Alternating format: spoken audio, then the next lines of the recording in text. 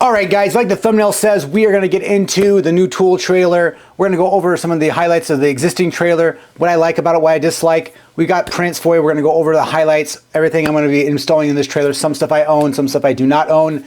And we've got video series sponsors, so let's get into it.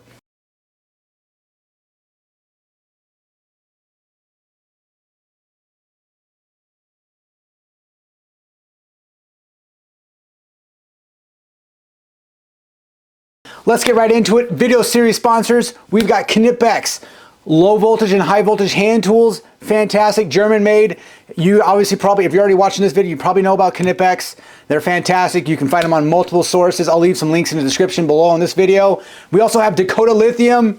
They are stepping up. They have awesome warranties for lithium ion batteries, inverters. We're going with Victron Energy and their own Dakota Lithium batteries, 48 volt, 11-year warranty. Top notch. We appreciate all the channel support from both of these sponsors. More to come as well. Let's get into it. All right, guys, let's get into the existing trailer here. We've got, before we get into the meat and potatoes of the new trailer, existing trailer, 7x16, all aluminum. As you can see here, decked it out, Ron Paul style, ways that I want to actually build this out. We've got super, I guess, inventory on this thing. It's been great. It leaves a little bit on the table, but it's been great. We have tool storage. It's 6'8" interior height, 7x16, all aluminum, 2 axles on this thing. They're 3,500 pound each, so we got 7,000 pounds. This trailer weighs about 6,300 pounds, so I'm pretty maxed out on it. I go through about a set of leaf springs on this trailer per year. Couple things I love about this trailer. Obviously, it's made its money. It's fantastic. It's economic. I put the ladder rack on it aftermarket myself. There's, most of everything in here. I got about 120 man hours building this thing out. Yes, I do have solar on the roof. We have an inverter, Ames inverter with a, I would say, deep cycle battery bank as well. Leaves a lot to be desired. Definitely an upgrade with the Dakota Lithium batteries and the Victron equipment. And in case you guys are wondering, Victron equipment, if you're comparing it to the tool trade, Victron would be like a Festool, and I mean it's just that it's probably better than Festool. It's just that great. It's like the benchmark for the solar off-grid community. There is other avenues to go. Like I went with my original one with the Ames inverter. We're gonna go with Victron Energy with this one. Set it and forget it. Don't worry about it. Always great performance, fantastic warranty, and their quality is literally second to none. But to this existing trailer, we got Ames inverter, we got deep cycle batteries. We did a whole video on this thing. A couple of them I'll link them in the description as well if you guys want to take a look at it. But mostly it's for inventory and tool storage, keeping things on the trailer so I don't have to run to Home Depot, Lowe's, and all the box stores to take care of it. So a couple things that I did right with this trailer. Organization's fantastic. Yes, absolutely. 7x16 is fantastic size. I absolutely never get a trailer that's less than 16 foot just because I can haul materials. I mean, my build out on this was fantastic. I wish I would have did a little extra heavier duty stuff, but yeah, like I said, like you guys can see, fantastic tool storage. I've got the DeWalt tough system rack as well. That's not going to be going into the new tool trailer. That's going to be staying with this existing trailer, and I'll be selling it to recoup some of my costs for this build here. Couple things that are not as we need to improve on this trailer. It's not HD. It's 7,000 pounds. The new trailer, 14th, is twice the capability, a little extra size. So we've got 14K torsion axles, not leaf springs. These are we just get heavier duty trailer coming up. Also, it's too small. I've outgrown it. Just to be completely honest, I've got multiple tools in different cubbies. Not all tools have their place. I've outgrown this trailer. It is, I just don't have enough space. Now, yes, I could reorganize it, but that's spending, another 100 hours, taking all this stuff out, redoing it, investing more money and time. So that's just one thing that I just don't want to do. Now, another con of this trailer, it's not multi-purpose. So this is my tool trailer, my inventory trailer, that's it. I can't use it for anything else. It's not wide enough. Fit my dirt bike in here for storage or even for cargo. It's not, it's mostly for my tools and inventory for the job site, for the business, which is how I build it out. It's not a mistake. It's just it is what it is, if that makes sense. So those are the main cons of this trailer, and of course it's overloaded. So the maintenance is becoming kind of an issue with this as well. Plus this trailer, if you guys can't tell, I drag this thing pretty much everywhere. This has got well past 200,000 miles being towed behind my truck or trucks, period, because I've had this 3 trucks in the same time I've had this trailer, and I can tell you, it's been holding up great, but it's time for an upgrade. Let's talk about the new trailer. Okay, couple things about the new trailer.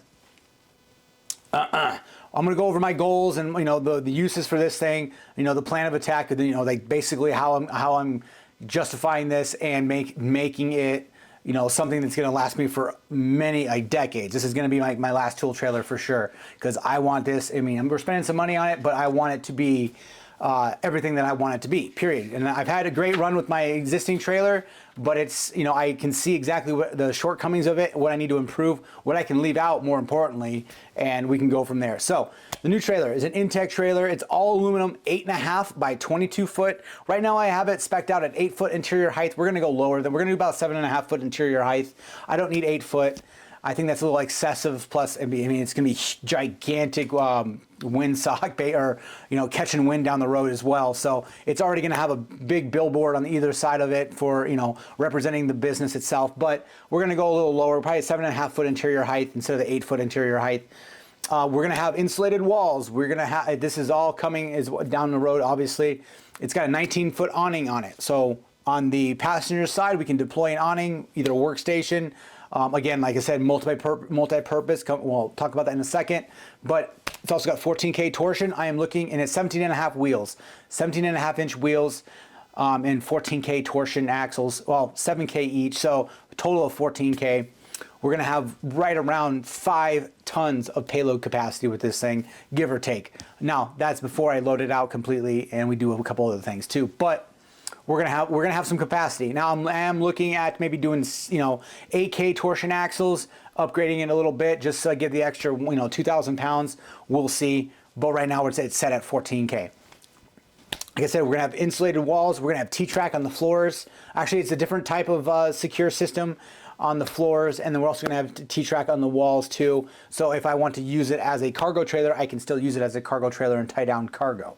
So that's the basic overrun of the trailer. Obviously, multiple things you guys can see from the plans.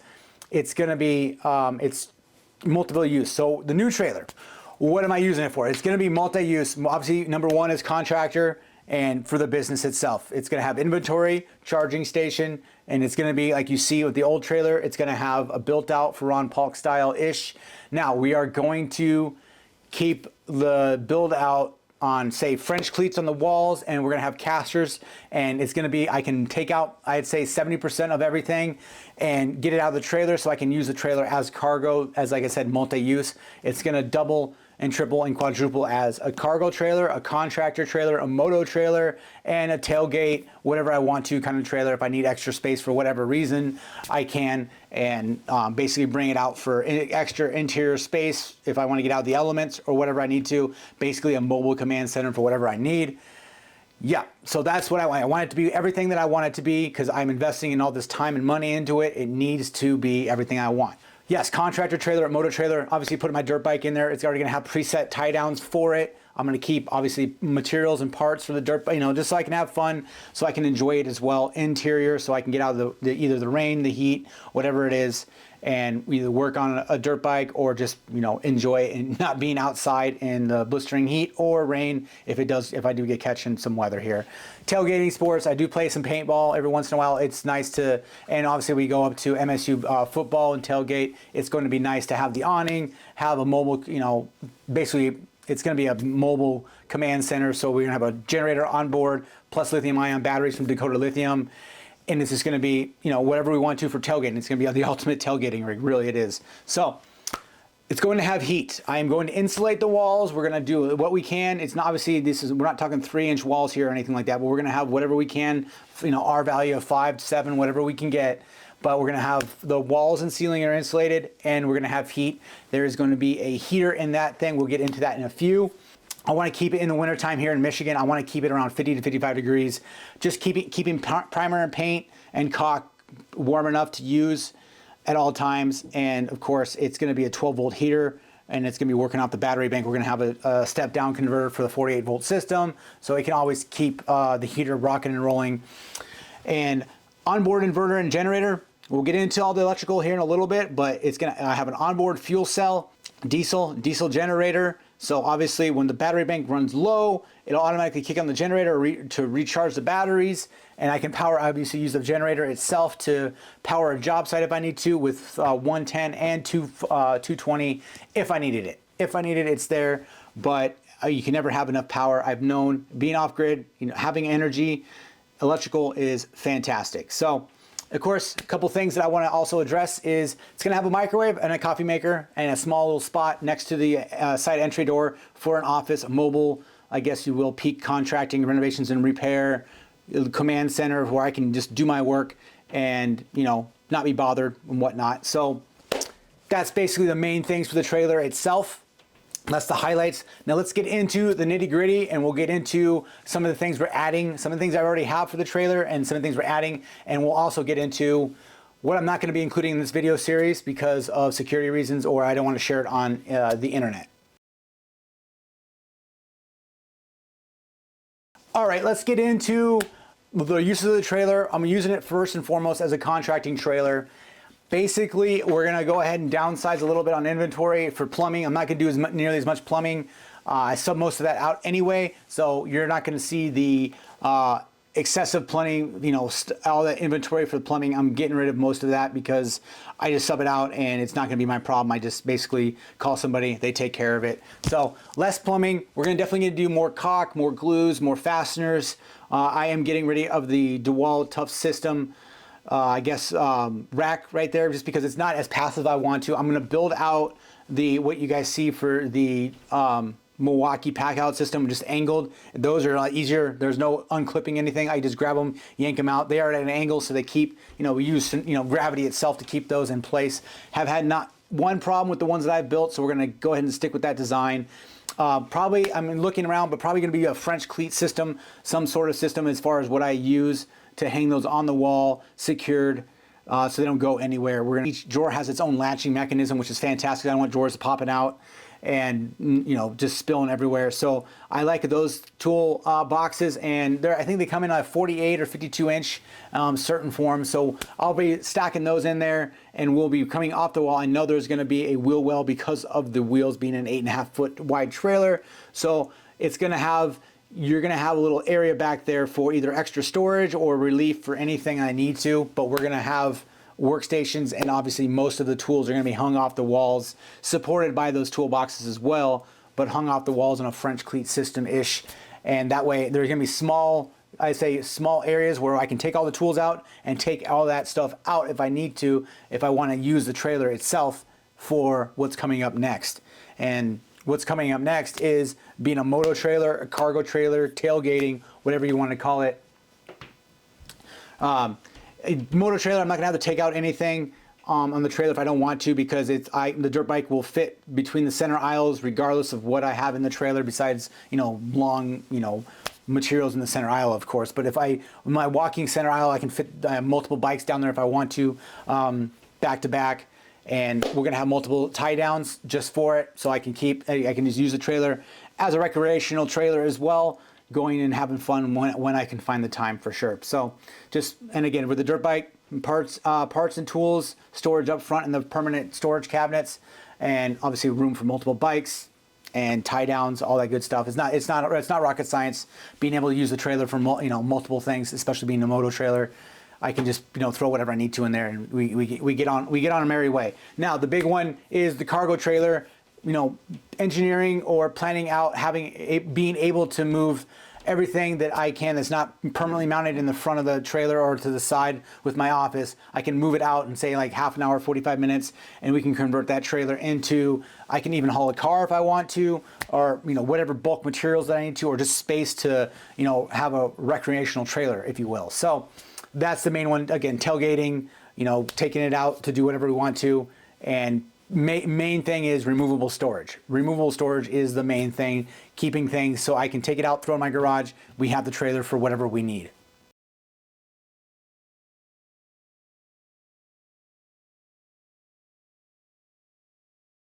All right, let's get into the electrical, the trailer. Okay, so the trailer, again, Dakota Lithium stepping up, helping me out and sponsoring this video series. We really appreciate it. We are going to be doing a 48 volt system. We're gonna have 4 batteries at 48 volts, roughly around 18.4 kilowatt hours of energy, which is, you know, it's gonna be more than I need for this, but I also have room. Now, if you're thinking, I am actually storing the batteries in the in-floor compartment on the plans itself. It's gonna be in the in-floor. We're running, obviously we'll get to it here, but we're running heat to it. So we keep it warm in the winter time because lithium ion does not like to be charged when it's cold out. So that's the reason why I don't really like electrical trucks and vehicles in the winter time, because it's not efficient. So we are a 48 volt system. Batteries, we've got a multi-plus-2 inverter, probably gonna be 8 kilowatt, maybe 10 kilowatt. We haven't decided yet. That's all Victron equipment as well, besides the coated lithium batteries. We are, I mean, we're obviously gonna have to do a, you know, 48 volt to 12 volt step down converter for the 12 volt components, lighting. We're having a manual awning, obviously, but you know, the heater, the Webasto heater, 5 kilowatt, is 12 volt as well, also running off diesel from the onboard fuel cell, fuel tank, but we'll get to that second. The rest of the electrical itself, we are having I'm putting a WeBoost cell booster in there just in case, because it's obviously going to be my, you know, my office, my home away from home, if you will, on the job site, whatever I need to, because, you know, getting home, you don't always get that time when you want to actually do that, you know, small business paperwork and stuff, because life happens, family happens, and all that stuff. So if I just use my time wisely in the trailer, get things taken care of, we're good to go. So we've got onboard diesel generator. Haven't decided exactly which way I'm going, but it's going to be an in-frame onboard diesel generator. Probably going to be 8 to 10 kilowatts. We'll see, maybe 12 depending on the price range here. But there's a couple out there on the bank. It's going to go on the nose. We have a on the plans. It's obviously a generator box, but I can also have one that already has its own generator box. And we are basically, anytime that the battery bank is low on voltage, it's going to kick it, the Victron smart shunt, everything's going to talk to each other, kick the generator on, charge itself back up, and we're good to go. Because this trailer in the wintertime is going to self-regulate and keep itself around 50 to 55 degrees to keep everything inside nice and toasty, to make sure that I don't waste any more paint, primer, caulk, whatever. If it doesn't like getting frozen, we don't want to waste it. So a couple things that are going to be on the system. Obviously, we're going to have a 1500 watt microwave. It's going to be in the cabinet above the little office area, if you will, with a Keurig coffee maker, just something to keep, you know, keep me going, keep everything. It's convenience factor from 150%. Obviously, we're not forgetting about the battery charging station for all the tools that we have. Makita 40 volts, DeWalt's, and Milwaukee. Now, those are going to be my 3 main battery lines on this build, and obviously for the business itself. I'm not brand loyal to any one of those brands because they all make some good tools and they all make some crappy tools. So obviously we're gonna have multiple 110 volt outlets, and then we're gonna have one for the generator for a 220 in case I need to run 220 off something on the job site. We'll have it right there, testing, whatever. Of course, USB and USB-Cs with the fast charging outlets. We're gonna have multiples of that as well. Charging station, you know, it's going to be basically a mobile, you know, mobile power station is really what we want. What you're not seeing here is solar. I have not had any plans. Now, there is going to be solar on the trailer. I like solar, but right now, since we have the onboard generator and obviously pretty huge battery bank itself, I will see if I need solar. It looks like I probably will not, but down the road, it's probably going to be a good, say, project for this channel. Project for this video series. We probably will put on some sort of rack and pinion deployed solar panels that roll underneath the ladder rack and then roll out to be deployed. Haven't decided exactly when or where, but that is probably going to be in the works. Not this year, and certainly maybe not even next year, but we will get it going. And I mean, that is pretty much what we have as far as the electrical supply on the trailer itself. No TV. We do have TV mounts for, like, say, tailgating. I will put some dung so I can mount TVs on the outside of the trailer, underneath the awning for tailgating, stuff like that. Just preset, so I don't have to worry about, you know, mounting TVs if we're doing some sort of tailgating. It's, you know, it's thinking ahead like that. Don't need to put any additional power sources or anything like that. I'm not going to get too crazy, but we are going to have a couple on the outside too, just in case. So, and let's get into the heater here. We got a 12 volt Webasto 5 kilowatt diesel heater. It's gonna have a thermostat with control. I obviously can control it. Diesel is running off the same diesel tank. My generator's in my in floor underneath the floor. 45 gallon diesel tank, about 42 gallons usable. And obviously you get the diesel heater and the diesel generator. It makes obviously real good sense to keep those the exact same kind of fuel. So if I was gonna go with a Gas heater, I'd probably just go with a gas generator. I don't need to have two different fuel cells. So it's going to obviously be piped in to heat the interior of the trailer and also heat the underfloor battery storage too, to keep those batteries nice and warm. All right, now let's talk about what I am not going to be sharing on this video series and this channel is my security for this trailer, or pretty much any other trailers that I have. Yeah, obviously we have lock and key. We are going to have security, GPS tracking, and all that, but we're not going to promote that on this channel because I don't want to. We have lots of money and time invested in these trailers, and I don't want to promote that and put that out there. If you guys want to ask me, email me. I'll definitely more than willing to share. Of course, we're going to have some sort of GPS tracking, locks, all that kind of stuff. But I don't want to put that out there because I don't want to make it easy for thieves or anything like that. So that's why those are the things you're not going to find on this video series, because of the exact same reason I just explained. All right, guys, and that's basically covering most of this new trailer, why I'm upgrading, why, things that I'm leaving out, things that I'm obviously putting in. This trailer may not be good for you. I live in an area, Detroit metro area, where I don't work in a city. I work in suburban areas, so I have plenty of room with an F450 towing a 22-foot trailer behind me. No problems whatsoever. So this trailer works out for me. I know probably some of you guys, it won't work out because of space confinements, all that kind of stuff. So keep that in mind as well. We got plenty. This is just the first video in this entire series. You guys, I appreciate everything. Again, thanks to the Knipex and Dakota Lithium for sponsoring this channel and this video series. Many more videos to come. We'll see you on the next video. All right, Future Richard here. Yes, we are doing an air conditioning, and it's pneumatic cooling's 48-volt system. It's going to be running right off the battery bank, and more to come with this, obviously, but we are doing air conditioning on the trailer. So I appreciate it, guys. Thank you.